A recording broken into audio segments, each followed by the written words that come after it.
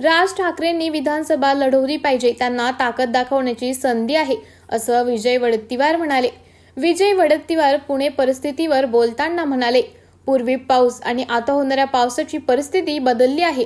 लोकसंख्या आणि शहरीकरण वाढल्यामुळे सिमेंटीकरण झाले आहे. ड्रेनेज सिस्टीम नसल्याने शहर पाण्यात जात आहे. महाराष्ट्रातील काही भागांमध्ये पूर परिस्थितीमुळे 95 लोकांचा जीव गेला तर 506 जनावरे वाहून गेली आहेत. पंचनामे करून तातडीने मदत केली पाहिजे. तसंच शेतकऱ्यांना मदतीचं पॅकेज जाहीर केलं पाहिजे, अशी आमची सरकारकडे मागणी आहे. तसंच निवडणुकींवर बोलताना ते म्हणाले, निवडणुका वैचारिक दृष्टिकोनातून लढल्या जातात. लोकसभेत देशाच्या संविधानासाठी लढलो आणि आता महाराष्ट्राचा स्वाभिमान गुजरातला गहाण ठेवला आहे. त्यासाठी आम्ही लढणार आहोत. जनतेला दिलासा आणि न्याय देणाऱ्या विषयाला घेऊन निवडणूक लढवू, असं विजय वडेट्टीवार विरोधी पक्षनेते यावेळी म्हणाले.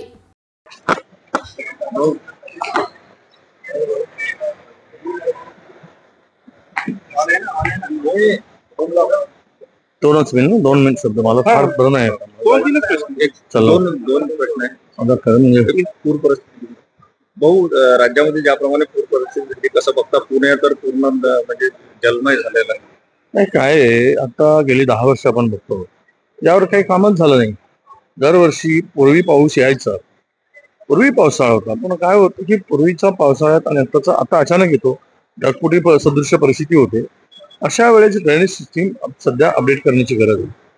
कारण लोकसंख्येनुसार नागरीकरण मोठ्या प्रमाणात वाढतंय, लोकसंख्या वाढते आणि शहरीकरण किंवा नागरीकरण वाढल्यामुळे सगळा ताण जो पडतो त्यातून सिमेंटचे रोड झाले, ड्रेनेज बरोबर सिस्टीम नाही.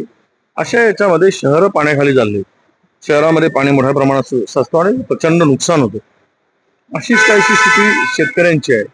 जवळपास आतापर्यंत 95 लोकांचा जीव गेला या सगळ्या पुरामध्ये मागच्या 8 दिवसामध्ये. म्हणजे गडचिरोली पासून तर आपण मुंबईपर्यंत पाहिलं, 95 लोकांना आपला जीव गमावला.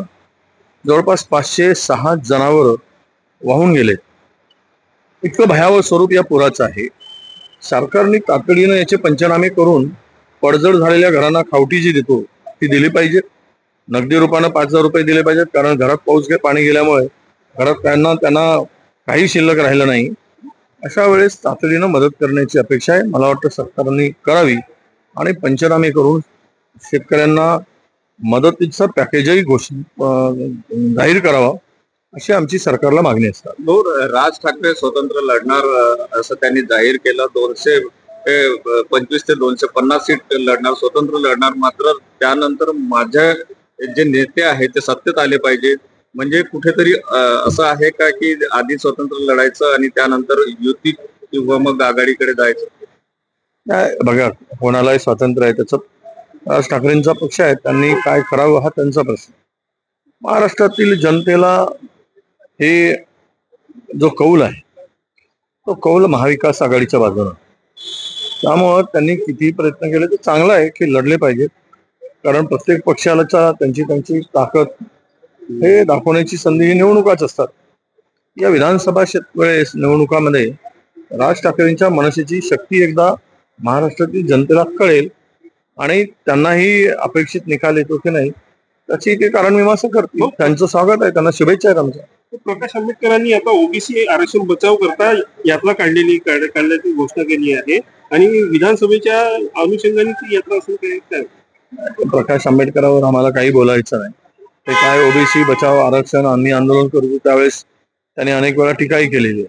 ते कुठल्या बाजूनं कधी बोलतील त्यामुळे आम्ही त्यावर अधिक भाष्य करण्याची गरज नाही. त्यांना जे वाटतं ते त्यांनी करावं. ओबीसीच्या आरक्षणाच्या संदर्भात ते ओबीसीचं आरक्षण टिकावं आणि मराठा समाजाला न्याय मिळावा ही भूमिका ठेवून सरकारनं काम केलं पाहिजे. यांना धक्का लावणार नाही असं म्हटलंच आहे, तर मग यांना धक्का न लावता मराठा गरीब समाजाला मिळालं पाहिजे. काय भूमिका स्वीकारायची ती सरकारने घेतला पाहिजे निर्णय, तो काल घेतला पाहिजे. कारण त्यांच्याकडे आता 200च्या वर त्यांच्याकडे पाठबळ आहे. त्यांचं हात का करतं, त्यांना का निर्णय घेता येत नाही आणि मग ते विरोधकांकडे ढकलतात की तुम्ही विरोधक या संदर्भात बैठकांना येत नाही. बैठका देऊन काय करणार? वांजोट्या बैठका घेऊन तुम्ही त्याचा खापर आमच्यावर फोडू इच्छिता काय? निर्णय तुम्हाला घ्यायचा. तुम्ही लिखित आश्वासन दिलं, तुमच्या काय कमिटमेंट आहे? मराठा समाजाला, जरांगे पाटलांना किंवा ओबीसीनं. उपोषणं तुम्ही स्थगित केली. आता गळ्यात हड्डी फसली, आता बोंबाबोंब सुरू आहे. मला असं वाटतं की यावर महाराष्ट्राच्या पुरोगामी महाराष्ट्राला कलंक लागणार नाही, डाग लागणार नाही, यासाठी हे दोनही समाजाचं समाधान होईल असा मध्यस्थी मार्ग सरकारने काढावा. त्यांना आम्ही त्यांच्या निर्णयाचं स्वागत करू. तो विधानसभेच्या निवडणुका कुठेतरी आता आरक्षणाच्या मुद्द्याकडे जाईल असं वाटतं आहे का? कारण आंबेडकर ओबीसी नाही, मला मला मला कोणी काही म्हणू दे, निवडणुका हे वैचारिक दृष्टीने लढले जातात.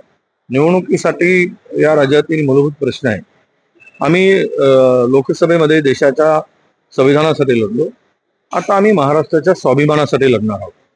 त्यामुळे महाराष्ट्राचा स्वाभिमान जो गुजरातला गहाण ठेवण्याचं काम चाललेलं आहे, महाराष्ट्राला गुजरातकडे गुलाम म्हणून महाराष्ट्रातल्या या नेत्यांच्याकडे बघितलं जातं.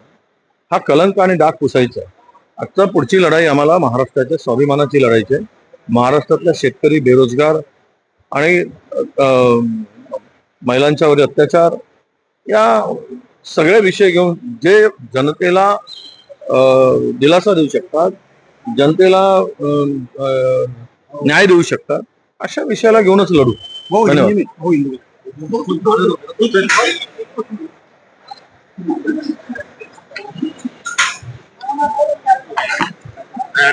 इधर से बूंद दे पकड़े। अरे यार तू भी सही में ठीक है ना।